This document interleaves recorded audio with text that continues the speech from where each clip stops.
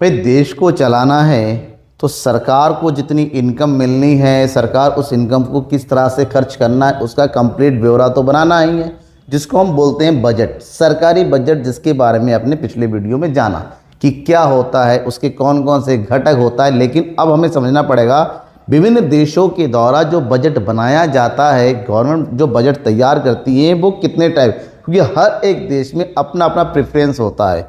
हर country अपने हिसाब से बजट को तैयार करती हैं। जो विकसित देश है वो अपने हिसाब से बजट बनाती हैं, जो अल्प विकसित देश है वो अपने हिसाब से, जो विकासशील देश है वो अपने हिसाब से। सबकी अपनी अपनी प्रेफरेंस है। अपनी अर्थव्यवस्था को देखना है, अपनी अर्थव्यवस्था को आगे बढ़ाना है, आर्थिक स्थिरता को बनाए रखना है, जिस हिसाब से हमें देश की सरकार को बजट तैयार करना पड़ता है। तो यहाँ पर समझना पड़ेगा कि बजट कितने प्रकार से तैयार होते हैं। खासकर जो विकासशील देश है वो हमेशा विकास की गति को आगे बढ़ाने के लिए घाटे के बजट को महत्व देती है। तो ये घाटे के बजट में जो घाटा होता है वो कितने प्रकार का होता है, इन सब चीज़ों के बारे में आज की इस क्लास में मैं आपको डिटेल से विस्तार से समझाऊंगा कि क्या क्या कुछ होता है। जहां पर हमें समझना होगा सबसे पहले बजट के प्रकार को, और उसके बाद हम समझेंगे बजट घाटा क्या होता है। जैसे भारत देश में हमेशा जो बजट तैयार किया जाता है ना, वो घाटे का बजट होता है। मतलब भारत का बजट एक ऐसा बजट होता है जहां पर खर्चे ज़्यादा होते हैं और सरकार की आय के सोर्स कम होते हैं, और खर्चों को पूरा करने के लिए सरकार क्या करती है, कर्ज लेती है। तो चलो समझते हैं कि बजट कितने प्रकार के होते हैं। Types of budget. Normally budget को दो कैटेगरी में बांटा जाता है। एक होता है संतुलित बजट और दूसरा होता है असंतुलित बजट। ठीक है, balance budget and unbalance budget. जब हम संतुलित बजट की बात करते हैं, ये एक ऐसा बजट होता है जहां पर सरकार की जो प्राप्तियां होती हैं, प्राप्तियां और सरकार के जो व्यय होते हैं वो दोनों ही आपस में बराबर होते हैं। मतलब जितना पैसा आया उतना पूरा खर्च कर दिया, यह बैलेंस बजट होता है। असंतुलित बजट ऐसा बजट होता है कि जहां सरकार को जितना प्राप्त होता है, यानी कि सरकार की प्राप्तियां बराबर नहीं होती हैं व्यय की, मतलब प्राप्तियों और व्ययों में अंतर होता है। तो इसी अंतर के आधार पर असंतुलित बजट दो प्रकार के होते हैं। एक होता है अधिशेष बजट। अधिशेष बजट जिसको हम नॉर्मली दूसरे शब्दों में बचत का बजट ही बोलते हैं। इसको बोलते हैं बचत का बजट, इंग्लिश में बोलते हैं सरप्लस बजट। क्या बोलते हैं, सरप्लस बजट। और दूसरा होता है घाटे का बजट, यानी कि डिफिसिट बजट। सरप्लस बजट एक ऐसा बजट होता है जहां सरकार की जो प्राप्तियां होती हैं वो ज़्यादा होती हैं सरकार के होने वाले व्ययों से, मतलब हमारा पैसा बच जाता है। जबकि घाटे का बजट एक ऐसा बजट है जहां सरकार की प्राप्तियां सरकार के व्यय की तुलना में कम होती हैं। ठीक है, तो यहीं से उत्पन्न होता है क्या चीज़, घाटा। चलो डिटेल से समझ लेते हैं। तो सबसे पहला जो बजट तैयार होता है वो होता है संतुलित बजट। बेसिकली ये बजट विकसित देशों के द्वारा तैयार किया जाता है, क्योंकि उनको अपने देश को और अधिक गति देने की आवश्यकता नहीं है, वो एक बहुत ही अच्छे संतुलन स्तर पर पहुंच चुके हैं। तो संतुलित बजट सरकार का एक ऐसा बजट होता है जब सरकार के आय और सरकार के व्यय यानी कि खर्चे दोनों ही आपस में बराबर होता है। इसका मतलब सरकार ने अगर 100 रुपये कमाया तो सरकार 100 के 100 रुपये को खर्च कर देती हैं।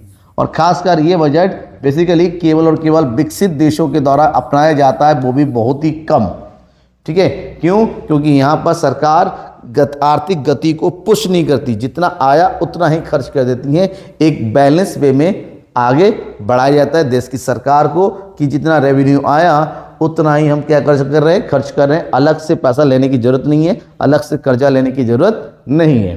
ठीक है, लेकिन जो दूसरा टाइप है जिसको बोलते हैं अधिशेष बजट, अधिशेष बजट बोलते हैं, या फिर इसको अतिरिक्त बजट के नाम से जानते हैं, या फिर इसी को मैंने अभी बताया इसको बचत का बजट बोलते हैं, बचत का बजट के नाम से भी जाना जाता है। ठीक है, ये एक ऐसा बजट होता है जहां सरकार के आय सरकार के खर्च से क्या होते हैं, ज़्यादा होते हैं।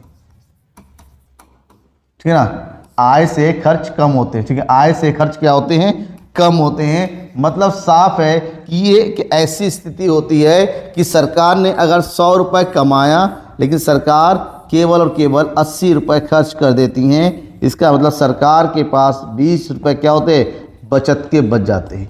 ये बजट नॉर्मली मैं कहूँ कोई भी देश नहीं बनाती होगी। ये क्योंकि यहाँ पर सरकार का उद्देश्य लाभ कमाना नहीं होता है। सरकार एक व्यावसायिक संस्था नहीं है जो जनता से लेके पैसे बचा के रखे और कम खर्च करे। सरकार का उद्देश्य होता है देश का विकास करना, सामाजिक कल्याण को बढ़ावा देना। लेकिन अगर ये बनाना भी पड़ा तो ये उसी टाइम से बना पड़ा जब देश में आर्थिक स्थिति बहुत ही खराब होती है, देश में महंगाई बहुत ज़्यादा होती है, मतलब मुद्रास्फीति इन्फ्लेशन बहुत ही ज़्यादा उच्च स्तर पर पहुंच गया है और उस स्फीति को कंट्रोल करने के लिए बचत का बजट बनाया जा सकता है। लेकिन नॉर्मली मैं कहूँगा सामान्य तौर पर ये बजट किसी भी देश के द्वारा नहीं बनाया जाता है। मतलब यहाँ पर सरकार कभी भी अपने रेवेन्यू को बचा के नहीं रखना चाहती है। सरकार को जितना आया सरकार पूरा का पूरा देश के विकास के लिए खर्च करेंगी। ठीक है, समझ में आ गया। अब देश के पूरे विश्व के सबसे ज़्यादा देश खासकर भारत और भारत के जैसे जितने भी देश है, मतलब 99% कंट्रीज ऑफ द वर्ल्ड वो जो है घाटे के बजट को प्रेफरेंस करती हैं। ये एक ऐसा बजट होता है जहां पर सरकार अपने आय से ज़्यादा व्यय करती हैं।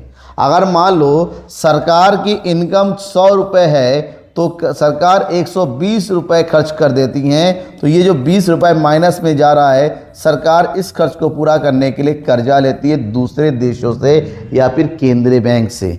और ये इसलिए होता है ताकि देश की विकास की गाड़ी को पुश करके आगे बढ़ाया जा सके कि नहीं हम 100 रुपये का इनकम कर रहे हैं, 100 रुपये को पैसा लगा नहीं, हम 120, ताकि इन्वेस्टमेंट ज़्यादा होगा उसकी कंपैरिजन में क्या बढ़े। आपने पढ़ा होगा पिछले चैप्टर में कि निवेश जितना ज़्यादा होगा इनकम में वृद्धि भी उतनी ज़्यादा होगी, उससे कई गुना ज़्यादा। तो देश की अर्थव्यवस्था की राष्ट्रीय आय को बढ़ाना है, लोगों की इनकम लेवल को बढ़ाना है, तो उसके लिए अर्थव्यवस्था में पैसे डालने ज़रूरी है, जिसके लिए सरकार घाटे का बजट तैयार करती हैं। और ये जो घाटा होता है ना इस यहाँ से कि यहाँ पर आय कम और खर्च ज़्यादा होता है, इससे सरकार को होता है घाटा और इसी घाटे को बोलते हैं बजटीय घाटा। क्या बोलते हैं? बजटीय घाटा। और इस घाटे की पूर्ति के लिए सरकार लेती है ऋण, यानी कि लोन, कर्जा अलग अलग देशों से, और इसी से देश के ऊपर लोन का भार धीरे धीरे बढ़ जाता है। क्योंकि जब लोन लिया जाएगा तो उसको चुकाना पड़ेगा,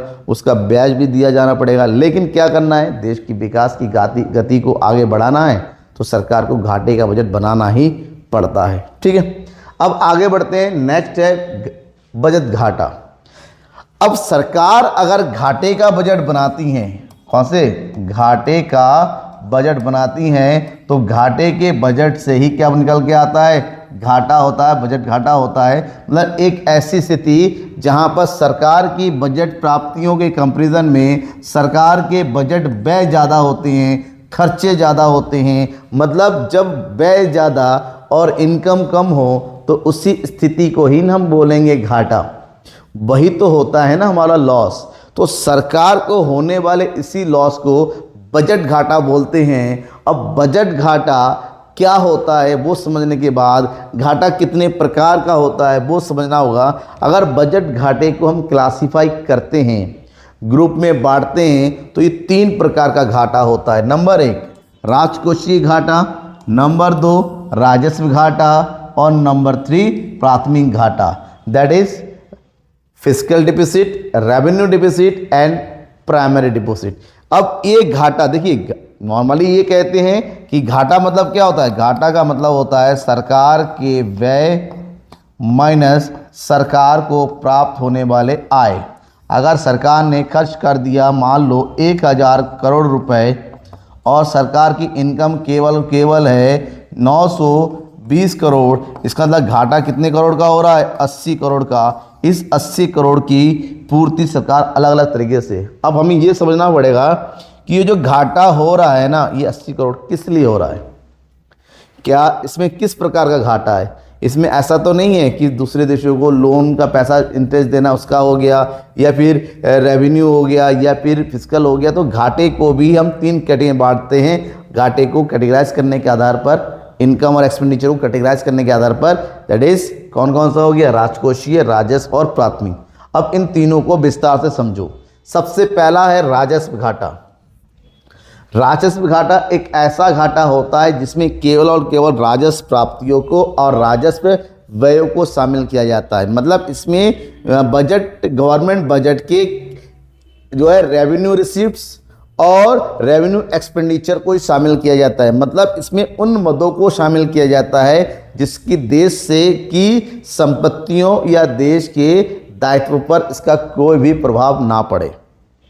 समझ में आ गया? मतलब सरकार की नॉर्मल एक्टिविटी के द्वारा जो पैसा आता है और सरकार की नॉर्मल एक्टिविटी से जो पैसा जाता है उन, और इससे जो घाटा उत्पन्न होता है उसी को बोलते हैं हम राजस्व घाटा। यानी कि सरकार को जो राजस्व व्यय करने हैं और सरकार को जो राजस्व प्राप्तियां होनी हैं, उन दोनों के व्यय, दोनों के बीच का अंतर होता है राजस्व घाटा। इंग्लिश में बोलते हैं रेवेन्यू रिसिप्ट्स। ध्यान ये रखना है कि इस प्रकार के आय और व्यय से परिसंपत्तियों और दायित्वों का कोई प्रभाव नहीं पड़ता। इसका मतलब ये सामान्य व्यय ज़्यादा है तो मतलब सरकार के सामान्य खर्चे ज़्यादा है। ध्यान में ये रखना है कि अगर राजस्व घाटा ज़्यादा होता है तो ये माना जाता है सरकार के फालतू खर्चे ज़्यादा है। सरकार अपने व्ययों को कंट्रोल नहीं कर पा रही है, सरकार अपने खर्चों को कंट्रोल नहीं कर पा रही है, और जब भी रेवेन्यू डिफिसिट ज़्यादा होता है इसको गवर्नमेंट की फेलियर माना जाता है। क्यों? सरकार के या तो ऊपर फालतू खर्चे हुए, संसदीय खर्चे बड़े होंगे, सरकार लोभ लुभाने वादे कर रहे हैं, सरकार का इंटरेस्ट ज़्यादा जा रहा होगा, सरकार अपने सरकारी कर्मचारियों के पीछे, नेताओं के पीछे ज़्यादा हो गया, सरकार के भ्रष्टाचार ज़्यादा बढ़ रहा होगा। कहीं ना कहीं सरकार की फेलियर को बताया जाता है, क्योंकि इससे देश की संपत्तियों पर तो व्यय नहीं हो रहा है। तो नॉर्मल खर्चे, और सरकार को हमेशा ध्यान देना चाहिए कि राजस्व घाटा कम से कम हो। ठीक है, कम से कम हो। तो राजस्व घाटे अगर ज़्यादा होता है इसके क्या प्रभाव पड़ते हैं? सबसे पहली बात है संपत्ति की कमी, क्योंकि आप अगर अपने फालतू व्ययों को बढ़ा रहे हैं इसका मतलब होता है आप अपने विकासात्मक व्ययों को कम कर रहे हैं, संपत्तियों का निर्माण नहीं होगा। दूसरा, देश में मुद्रा स्फीति, क्योंकि अगर आपके खर्चे ज़्यादा होंगे, अर्थव्यवस्था में मनी का फ्लो ज़्यादा हो रहा है, इसके मुद्रा स्फीति बढ़ सकती हैं और फालतू के खर्चे आपकी उधार लेने की प्रवृत्ति को बढ़ाती है, जिससे देश जो है ऋण की जाल में फंस सकता है। इसका मतलब होता है राजस्व घाटा कम से कम होना, जितना बढ़ेगा उतना ही नुकसान देश को होगा। संपत्ति कम होगी, उधार बढ़ेगा, मुद्रास्फीति भी बढ़ने की चांस बने रहते हैं। अब इसको किस तरह से दूर किया सकता है? इसको दूर करने का सबसे पहला और सबसे ज़्यादा मोस्ट इम्पॉर्टेंट पॉइंट है कि सरकार को अपने फालतू के जो खर्चे होते हैं, अनावश्यक खर्चे हैं, वो रोकने होंगे, उनको कंट्रोल करना होगा। जो फालतू का मतलब किसी भी तरह के होता है, कोई भी खर्चा हो, चाहे संसदीय व्ययों पर हो या फिर सरकारी कर्मचारियों के ऊपर किया जाने वाला फालतू के व्यय हो, या प्रशासनिक कार्यों में किया जाने वाला व्यय हो, या फिर सब्सिडी की मात्रा जो दी जा रही हो, जो भी हो, सरकार के वो खर्चे जो फालतू में चले जा रहे हैं, जिससे कोई भी प्रोडक्टिव या फिर विकासात्मक कार्य नहीं हो पा रहे, उनको कम करना पड़ेगा। दूसरा, करों की दर को सरकार अपने खर्चों को पूरा करने के लिए जो टैक्स ले रही है, अगर वो कहीं ना कहीं कम है तो टैक्स को बढ़ाना पड़ेगा, ताकि सरकार के राजस्व आयों में वृद्धि हो। आय बढ़ेगा, ऐसे तभी घाटे में कमी होगी। सरकार को नए टैक्स लगाना चाहिए, जहाँ तक ज़रूरी है टैक्स को बढ़ाना चाहिए, लेकिन उतना ही जितना देश के लिए है। टैक्स बढ़ा के बहुत ज़्यादा हम देश का नुकसान भी नहीं कर सकते, पब्लिक को भी ध्यान में रखना होता है। तो ये हो गया राजस्व घाटा। दूसरा है राजकोषीय घाटा, फिस्कल डिफिसिट। ये कुल व्यय और कुल आय के बीच का अंतर होता है। इसका मतलब होता है अगर हम एक वर्ष में देश के द्वारा लिए जाने वाले उधारों को छोड़ दें तो सरकार की कुल प्राप्तियों की तुलना में सरकार के कुल व्यय जब ज़्यादा होते हैं, मतलब कुल व्यय, टोटल एक्सपेंडिचर माइनस कुल प्राप्तियां, जिसमें उधार शामिल नहीं होता है, क्योंकि राजकोषीय घाटा हमेशा देश के द्वारा ली जाने वाली उधार यानी कि ऋण की मात्रा को ही बताती हैं, तो उधार को छोड़ दिया जाता है। जब हम कुल व्यय की बात करते हैं, इसमें दोनों प्रकार के व्यय शामिल होते हैं। चाहे हम बात करते हैं राजस्व व्यय, जिसके बारे में पिछले बताया था, राजस्व व्यय, और चाहे हम बात करते हैं पूंजीगत व्यय। पूंजीगत व्यय दोनों ही शामिल होते हैं, इन दोनों का टोटल होता है। उसी प्रकार से जब कुल प्राप्तियों की बात करते हैं, यहाँ पर भी दोनों शामिल होते हैं, राजस्व प्राप्तियाँ, राजस्व प्राप्तियाँ, और दूसरा है पूंजीगत प्राप्तियाँ, दैट इज पूंजीगत प्राप्तियाँ। ठीक ठीक है, समझ में आ गया। तो ये हो गया देश। अब ये जो राजकोषीय घाटा होता है यही देश के कुल घाटे को बताती हैं कि देश में कुल कितना घाटा हो रहा है, जिसमें सभी प्रकार की मदों को शामिल किया जाता है और इसके अंतर्गत राजस्व घाटा भी शामिल होता है। तो राजकोषीय घाटा देश का कुल घाटा बताती है, राजकोषीय घाटा ही बताता है देश को कितने उधार की आवश्यकता हो, देश की उधार खर्चों को पूरा करने के लिए कितना उधार लेना पड़ेगा, कितना कर्ज उठाना पड़ेगा, ये कुल को बताता है। तो इसके प्रभाव क्या होते हैं? राजकोषीय घाटा सीधा बताता है कि देश में अनावश्यक व्यय बहुत ज़्यादा है, और अनावश्यक व्यय ज़्यादा हो रहे हैं तभी तो घाटा हो रहा है, ठीक है। इससे घाटे को पूरा करने के लिए आरबीआई द्वारा मुद्रा छापना पड़ता है और मुद्रा जितना ज़्यादा छापा जाएगा मुद्रा पूर्ति बढ़ेगी, इससे अर्थव्यवस्था में मुद्रास्फीति बढ़ने की संभावना बनी रहती है।